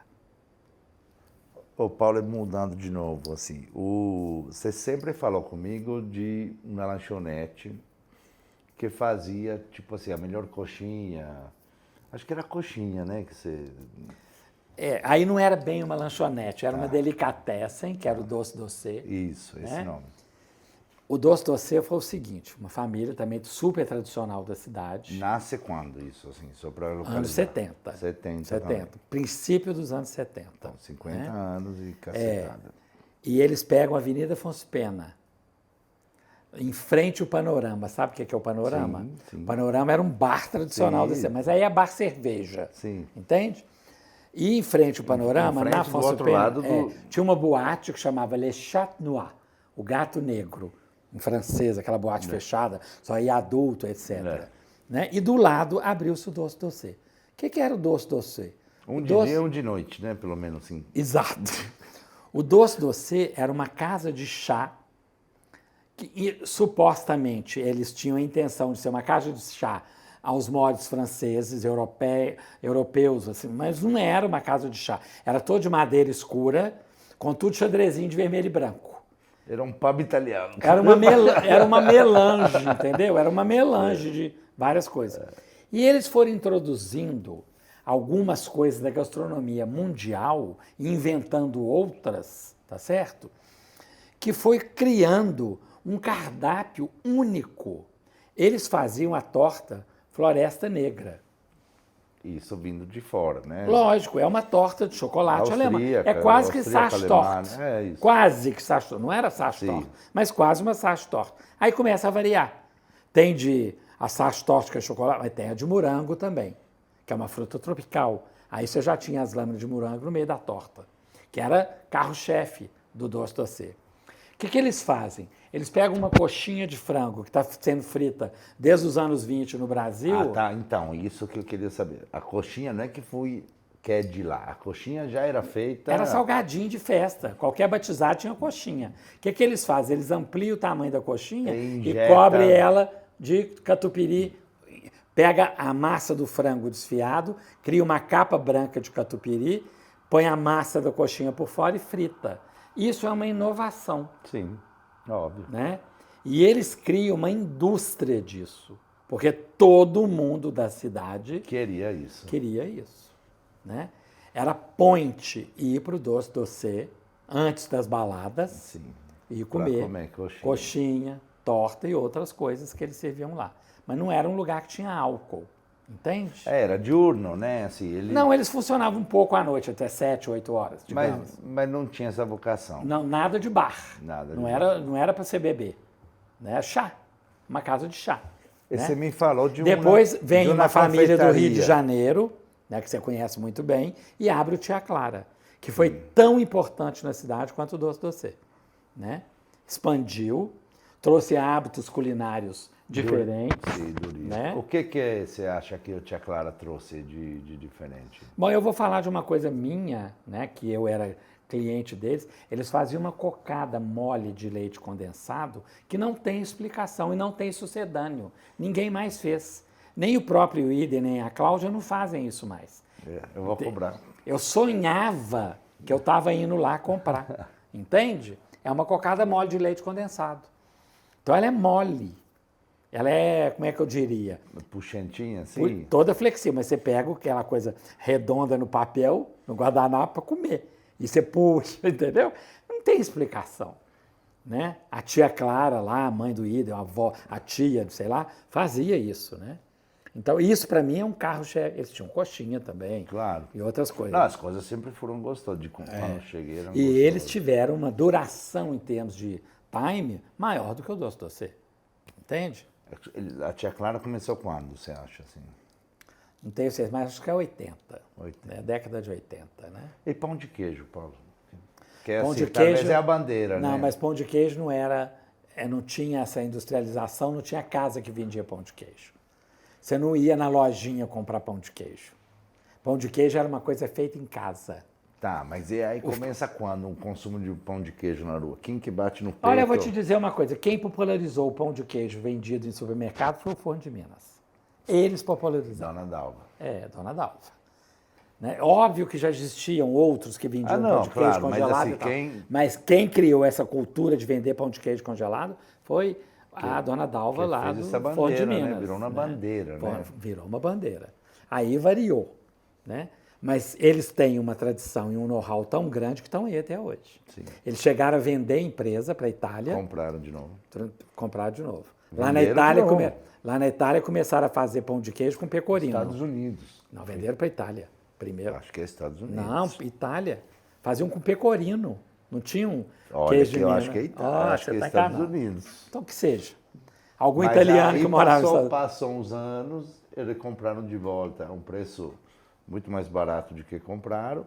E parece que 2 anos atrás venderam de Mas novo. a Dona Dalva está aí fazendo o seu pão de queijo tradicional. Aí, não, e com o queijo próprio. Eles fazem um queijo para fazer o pão de queijo. Mas essa coisa de fazer essa massa de pão de queijo para ser vendida da forma que é, vem deles. Vou fazer a última pergunta. Você tem uma empresa, várias, mas você tem uma empresa que tem que também ser reverenciada, que ela institucionaliza uma forma de comer massa na cidade, que é a Massas Terni. Entende? Que ano é isso? Também deve ser 70, eu não tenho certeza. muito tempo, né? São Eu não, 80, Tá, se for. mas assim, são décadas, né? Mas eles são tão tradicionais na fabricação que eles continuam do mesmo jeito até hoje.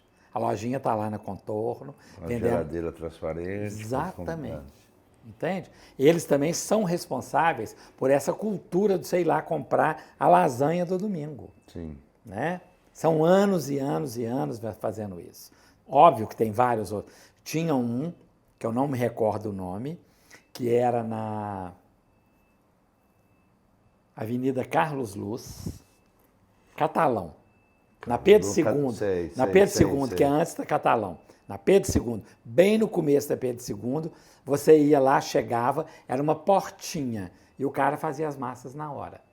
Ele recheava, montava no coisa de alumínio e te entregava na hora. Entende? Você tinha que chegar e comer. Não tinha nada semi-pronto Tinha congelado. um Luxemburgo também, alguém tradicional de Capelete. Mas o Luxemburgo é um bairro jovem, novo, né? Mas eu já escutei de uma família que, assim, que tem anos, que faz uns capelete. Eu não tenho conhecimento dele. Não, o Felipe Leão está lá no Luxemburgo A gente fazendo foi perguntar- capelete. não, francês, capelete francês. E qual a primeira pizza que você lembra? São Paulo. Para chamar de pizza. Aí é São Paulo. Não, mas aqui em BH. Não, meu pai morava em São Paulo. pizzaria, coisa bacana, a gente teve o Pizza Máximo, foi maravilhosa. Aonde que é? Na Olegário Maciel, em frente da igreja de Fátima. Era do Gilberto Faria, da família Faria, né? Foi uma pizza, assim, que veio para arrebentar, né? Pizza Máximo. Mas você tinha outras pizzarias na cidade. O Pizzarella é de quem ano? Mais velho que o Pizza Máximo. Mais velho que É. 40, 50 anos também? Você tinha, eu estou tentando lembrar o nome, da maior, Pizzaiolo, lembrei. Era a maior pizzaria de Belo Horizonte. Eu lembro disso. Entendeu? Pizzaiolo. Então, isso tudo tem meio...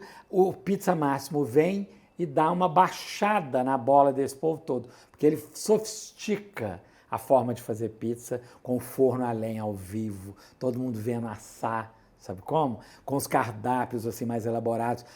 Eu imagino que deve ter sido a primeira vez que eu comi Parma. Entende? Na pizzaria. Na pizzaria, foi na pizza deles.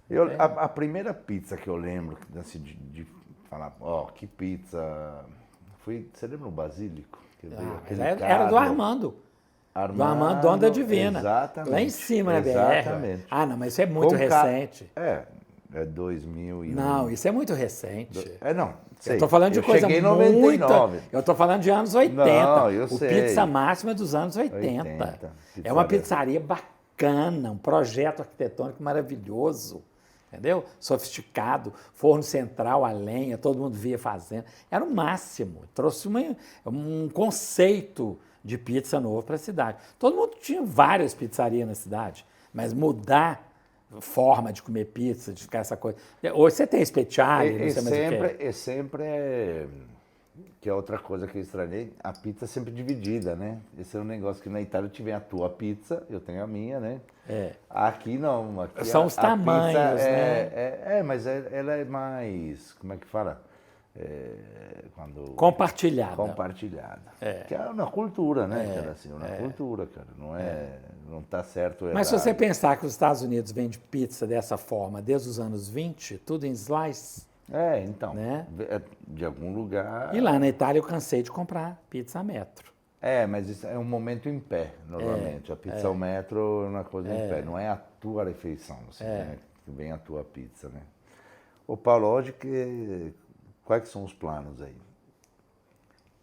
Não, eu não parei de trabalhar. Não, sei, né? mas estou falando assim, hoje, com o que você está de namoro, de projeto, de prazer em fazer?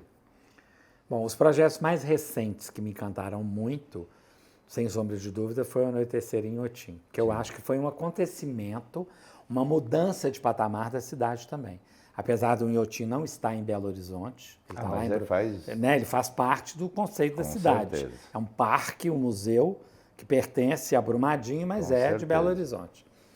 E eu acho que esse evento, ele muda a forma de ver eventos na cidade também. Primeiro, porque a direção do Inhotim, né, a mulher que está à frente do Inhotim hoje, que é a Paula Azevedo, que é uma paulista, né, ela tem uma garra diferente. Ela fala, vou fazer, ela faz. Sim.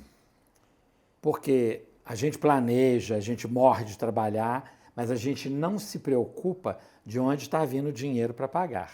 A gente tem um escudo financeiro atrás. Se você faz um casamento, o pai da noiva está pagando a festa. Está combinado, né? Se você faz um batizado, os pais estão pagando. Da mesma forma. Então, ela criou um suporte, entendeu? Para que a gente desse asas de imaginação e criasse esse evento, né? Eu acho que o Anoitecer em Inhotim, ele é muito mais do que um evento, é uma mudança de comportamento. Porque ele é uma experiência. A pessoa vem, não é para comer, ou para beber, ou para ver um espetáculo, ou para ver uma natureza, entende? Ou uma obra de arte. Ela vem para vivenciar uma experiência. E o anoitecer, que é um fenômeno da natureza, ele é parte, assim, conceitual e primordial do evento. Você vive a experiência do anoitecer. Da mudança, né? E o que a gente cria no entorno faz o anoitecer ser diferente. Você no anoitecer aqui nessa sala, se você não tiver com a janela aberta, você nem vê o anoitecer. E os eventos lá são feitos para você fruir o anoitecer. Sim. Né? Então foi uma coisa que eu cresci com esse evento. Eu, assim, apesar de 40 anos de profissão, me dá um prazer, um gás. Entende? Isso é bom demais, né? Eu me envolvo emocionalmente com o evento. Né? Ele me dá prazer emocional.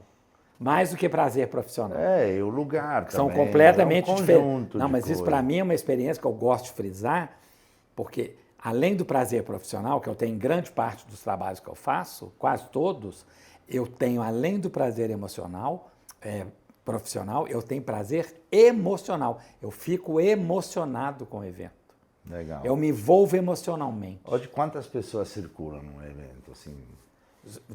Como convidados ou como... Não, como tudo, assim, né? Varia muito. A gente tem crescido as equipes absurdamente, né?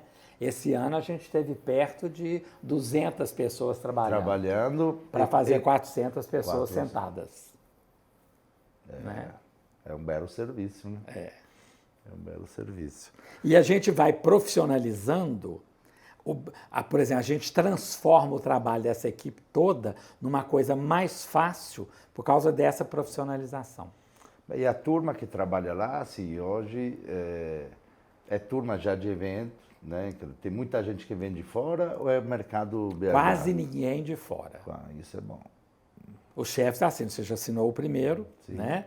O Cantídio assinou o segundo, e a gente pediu para a irmã do Cantídio, que tem o buffet em São Paulo, que viesse assinar o terceiro. Mas ela trabalhou com a equipe de Belo Horizonte, ela trouxe um sous-chefe.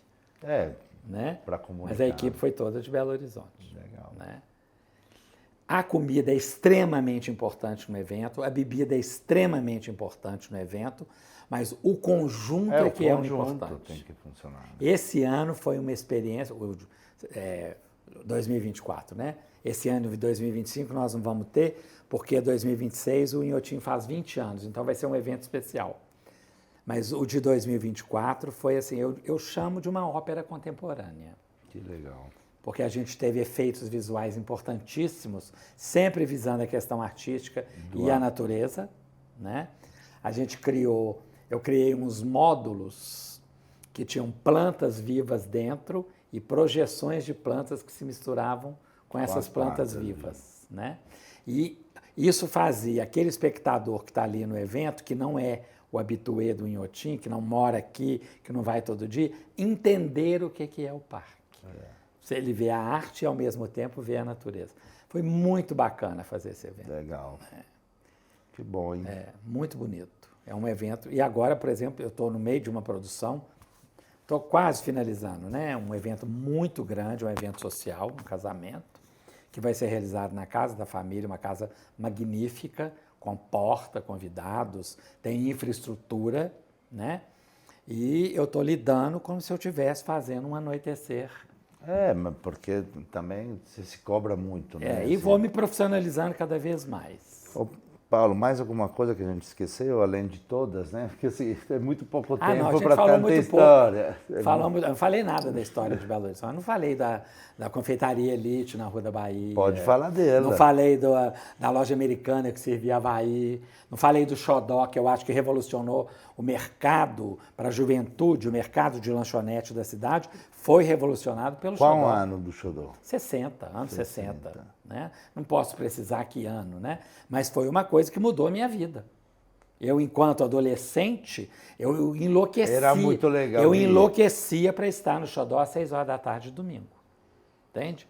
Mexia o mundo para estar lá. E depois do Xodó, você ia para onde? Tipo assim, não é depois do programa do Xodó. O Xodó foi uma fase, não é isso? A fase depois era onde? Aí eu já estava enfiado no Don Quixote. Tá, e depois qual que era o teu lugar para jantar? Teve um lugar em Belo Horizonte, para jantar tivemos vários, vou falar deles também, mas teve um lugar emblemático chamado Jambalaya, que é final dos anos 70, né? 76, 7 eles inauguram e dura um pouquinho até principinho de 80. Tá. Entende? É um raio, assim, um relâmpago. Aonde que ele ficava? Ele ficava na Álvares Cabral, do lado daquele hotel Esqueci o nome dele. São... Exatamente. Aquele É hotel. um dos são. É, um dos aquele dois lá, são. do lado dele. Então, era uma boate que revolucionou a cidade. Nós já tínhamos tido Jambalaya. N boates, mas essa vem com cara disco, anos 70, Sim, é. né? E A mexe, música ajudou a fase também, né? mexe Pra com a boate cidade. Mas também. vários artistas fizeram shows lá dentro. Lá, legal. Era uma boate com pista de dança, com equipamento de luz nova-iorquino, né? Eram vários sócios, alguns médicos, alguns artistas. Era uma coisa, como é que eu vou dizer? Ambivalente. Sim. Tinha de tudo lá dentro. E a selva que frequentava, a fauna Era que legal. frequentava... O variado é mais interessante. Era diversificado. E a cidade estava num boom de moda também, porque tinha surgido o Grupo Mineiro de Moda. O Mota né? comentou isso também, assim, que teve uma fase muito interessante para, tipo, O próprio Café Ideal, ele era, não diria totalmente, mas ele era muito sustentado pela área de moda. Moda, O povo de moda frequentava da o Café cultura, Ideal. é isso aí, Eu ele fiz falou. vários eventos de moda dentro do cafezinho. Entende? No cafezão, né? É, forte. Vários eventos de E a moda. Dadete, Paulo? Deixa eu só pegar uma tacinha de vinho aí. A Dadete, ela era uma fada na cozinha, né? É. Fada na cozinha. Muito legal, cara, Dadete. Agora, ela tinha um restaurante micro. Como é que apareceu a Dadete? Você lembra, assim... Não, a Dadete, eu acho que ela fazia algumas coisas para algumas pessoas e, de repente, ela quis fazer um restaurante. Eu tinha um colega de agência, eu trabalhava numa agência de publicidade nos anos 70. Eu tinha um colega que se chamava Paulo Rogério, virou muito meu amigo, meu padrinho de casamento, infelizmente também já faleceu. E ele se dava com a Dadete e ela quis fazer um restaurante, falou com ele, como é que eu vou chamar meu restaurante então, não sei o quê. Ele era meio afrancesado, assim, gostava da cultura ela francesa. também, na cozinha, né? Exato. Assim. Falou, vamos chamar de Chez Dadete. E pegou, entende? Cidade Jardim, Cidade Jardim. ano...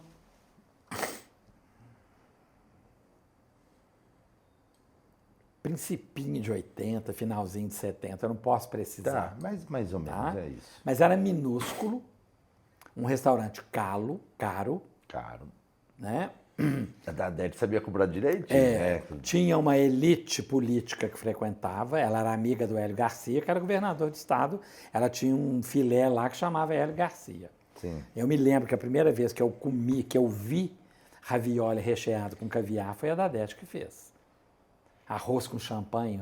Eu não esqueço desses cardápios dela, entende? Eram maravilhosos. Depois eu tive experiências de fazer evento com ela, foi maravilhoso, né? Nós, inclusive, fizemos alguns juntos. Sim, né? as aulas também. Ela depois teve várias turmas, né? Tradicionais de aula, né? Eu fiz um evento com a Dadete que nós fomos para a Bahia, para ela ser introduzida na cultura baiana, porque o cliente...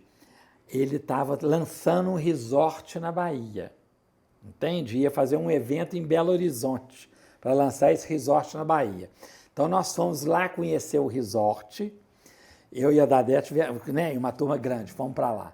Viajamos para a Bahia para ver esse lugar. Para absorver, né? E a Dadete veio traduzir. E eu me lembro, foi um caso episódico, assim, eu e a Dadete, um dia mais ou menos assim, de folga nesse período que a gente estava na Bahia, nós fomos para a praia de manhã, entende? Sentamos lá na praia.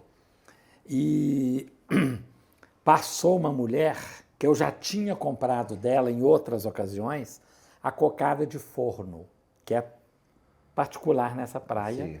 lá em Trancoso. Baiana, né? Não, mas você já comeu essa cocada de forno da Bahia? Da Bahia, sim. ué. Então, e eu comprei e apliquei a Dadete na cocada. Aí ela enlouqueceu. Aí fomos reproduzir a cocada de Isso, forno em Belo Horizonte. aqui. Uma vez eu acho que eu fiz um evento com vocês e com a Dadete, Tiradentes? Tiradentes, que foi uma coisa Alemanha-Brasil, né? Trouxinha de taioba com repolho chucrute, né? Não, a Dadete, muita lembrança boa, cara. Muita lembrança boa. Ela ficou com o restaurante alguns anos, depois voltou para as aulas, para eventos, mas foi uma figura importante mesmo para a cidade. Muito. Foi a primeira da aula de cozinha, você acha, na cidade? Não sei. Aula de cozinha, não sei. Ela é uma das pioneiras, mas eu não sei se ela é a primeira. Não, mas assim, se não for a primeira, não tinha muita gente. Tinha uma mulher que chamava Otília, entendeu? Também não lembro. Mas junto com, assim, na mesma época da Dadete, que tinha aulas concorridíssimas, mas ela sumiu. Não sei o que aconteceu com ela, né? Eu, inclusive, tenho no meu caderno algumas receitas da Otília. Babá ao rum. Lembro direitinho desses outros que ela fazia, né? Foi muito importante na época da Dadete. E depois veio essa avalanche aí de aula, né? E você tinha uma preferida de comida árabe também, né? De encomenda, assim. Mas isso depois também deu uma expandida, Abriu, né? abriu. Deu uma expandida. Eu tive várias preferências. Se eu for ficar falando de preferência, meu japonês preferido é o Hidemi, isso eu não importo falar, né?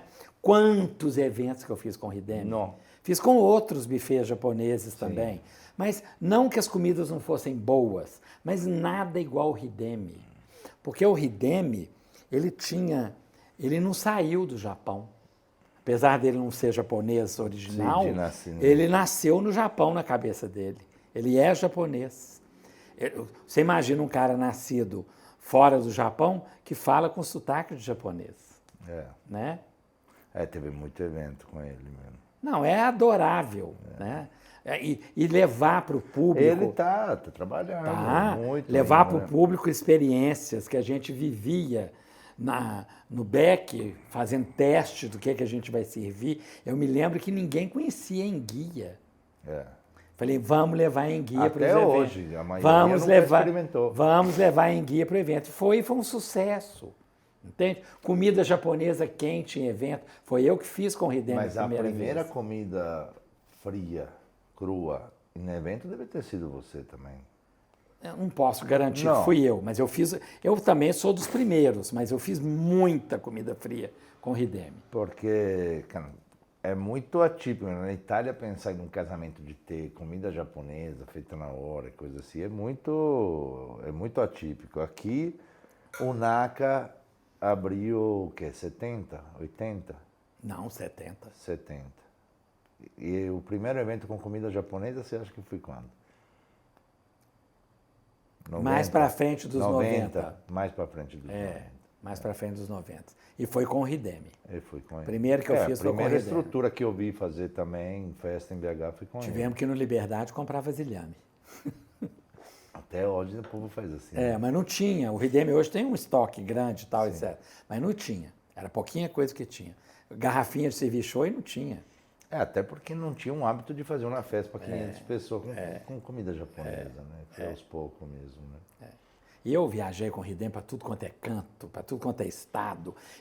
Eu tive a pachorra de levar o Hidemi para fazer um evento de comida japonesa em São Paulo, dentro da Daslu, que é o templo de japonês São Paulo, entendeu? Tem um Santori milenar em São Paulo. Foi um sucesso o Hidemi em São Paulo. Legal. Ele é muito simpático, né? Também, né? Não, mas eu comi. Não, qualidade, sei, eu tô falando assim, ele vai com na vibe também. Ele né? tinha uma mulher muito competente na parte administrativa, a Lúcia. Eu lembro dele. Que não é mais mulher dele, né? Eu lembro Mas dele. ela era, assim, esteio dele. Ela segurava a competência. E Eu aqui, lembro dele. deixa eu ir buscar aqui para a gente comer. Eu vou lá. Eu nunca deixei de me informar. Eu nunca deixei de procurar conhecer coisas novas e aprimorar o que eu já conheço, né? Eu sou uma pessoa, eu dei aula há alguns anos na escola de comunicação e eu falava com os meus alunos o seguinte: vocês têm que ler de rótulo de dentifrício a Dostoiévski. Cada um de nós tem uma particularidade no interesse. Sim. Vamos falar aí do interesse literário. Tem gente que não gosta do Guimarães Rosa, mas gosta da Clarice Lispector. Vai ler. Não importa quem você esteja lendo. É sempre somatória. Então, informação, às vezes o cara aprende a cozinhar. É de família. Então, ele aprende a fazer as massas todas maravilhosas que a nona dele fazia. Mas se ele não se informar, na lida profissional que eu estou dizendo, ele vai se estagnar. E não adianta nada ele fazer as massas deliciosas da nona como a nona fazia. Porque as pessoas já não estão querendo mais comer a massa deliciosa da nona. É a massa deliciosa da nona com mais alguma coisa. É um mundo girando. Sim, E o mundo gira onde tem informação. sim. Né? Então, muita estagnação que a gente vê, muita derrocada, muita coisa que não dá certo, e muita coisa que você já olha para ela e fala, isso não tem estrutura, é porque a pessoa não tem informação. Às vezes ele chega num patamar, né? Vamos falar de chefe. Sim. Vamos falar de chefe. Eu conheço vários chefes que eles não podem ser nem cozinheiro. E são chefes. Porque é chique ser chefe. Entendeu? É um patamar. Então é muito chique ser chefe. Mas você pergunta para a pessoa, vou falar aqui de uma coisa que eu aprendi com você, eu não conhecia. Eu não sabia o que era botarga. Entende? A partir do momento que eu comecei a ir mais, eu já tinha ido muitas vezes à Itália antes de te conhecer, mas a partir do momento que eu vou mais para a Itália, depois que eu te conheço, e a gente conversou sobre botarga e eu entendi o que é, eu começo a observar mais a botarga nos pratos, nos lugares que eu vou na Itália. Estou dando um exemplo para você entender o que eu estou querendo dizer. Claro. Né? O que eu estou querendo dizer. Então, informação é importante nisso, né? Na modificação de consciência, na modificação de conceito. Quem está fazendo a mesma cozinha, quem sabe fazer um quibe bom tem que continuar fazendo um quibe bom a vida inteira, mas o quibe já mudou. Entende? A carne não é a carne dos anos 40, 50, 80. Não. É a carne dos anos 2025. Mudou o boi. Né? Mudou o boi antes da carne. Eu não sei se faz quibe de aguil, entendeu? Né? Não sei, né? Mas, alguém faz, mas não é a característica, mas mudou o boi, né? Não, eu estou usando também uma carne que é top hoje, né? Sim. Não sei se faz quibe de aguil, pode fazer outras coisas, como existem outras coisas. Você faz tudo, pode fazer tudo com a mesma carne, você faz tudo, assim. Agora mudou a criação, né, principalmente. Agora, eu acho que a gente também tem que ter discernimento nas diferenças entre o que é pessoal e do que é profissional.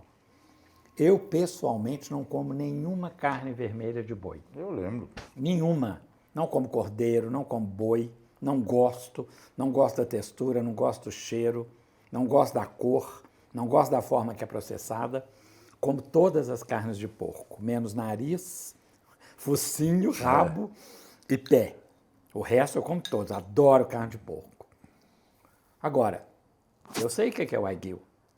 Eu sei como é que faz, eu sei o que serve, eu sei como é que as pessoas... Carpaccio de água, sei lá o que vai ser servido. E eu não excluo isso do meu trabalho porque eu não como. Entendeu? De jeito nenhum. E as pessoas, muitas vezes, elas vão para o pessoal e não para o profissional. Entende? Então, eu admiro muito uma pessoa. Não estou falando nem se ele tinha dinheiro ou não tinha. Não é isso, é questão econômica. Uma pessoa como o Ivo chegar onde ele chegou. Com certeza. Guerreiro demais. E eu acho que ele, para o mercado da cidade, né, para esse mercado de gastronomia, o VEC Sonho, ele teve um papel assim, que é relevante. Com certeza, mas o Ivo está na lista. Não tem... Fundamental, né? Assim. Você entrevistou ele? Não, mas vamos entrevistar. Então, eu acho que o Ivo é um cara que... Vários. Sim. Vários, né? Está na lista. Já falei hoje do Rata, do Mota, né? O Rodrigo está tendo lá. Não, o Rodrigo, então, nossa senhora. A Paula, da Bonomi. Essas pessoas todas. A Paula é bem recente, né? A Bonomi tem 20 anos, né? Não, tem 27. 30. Já fez 30? Vai fazer 30 esse ano. 30 aninhos já, hein? É um recente médio, né? Eu estou lembrando aqui que eu fiz evento lá nos anos 90. 30 anos. Falando assim, alguém... Por exemplo, o bolão é um meu 24 horas, né? Mas teve um 24 horas mais importante? Assim? Eu te falei, o Palhares o foi Palhares. super importante. Super, né? Será que o dono está vivo do Palhares? Não. Não. Filhos? Não. E será que está na família ou... Não tem Palhares mais, entende? Não, mas não tem, Café Palhares. Não, mas não é a mesma coisa, Tá. entendeu? O Palhares era um restaurante com banqueta. Era individual o atendimento.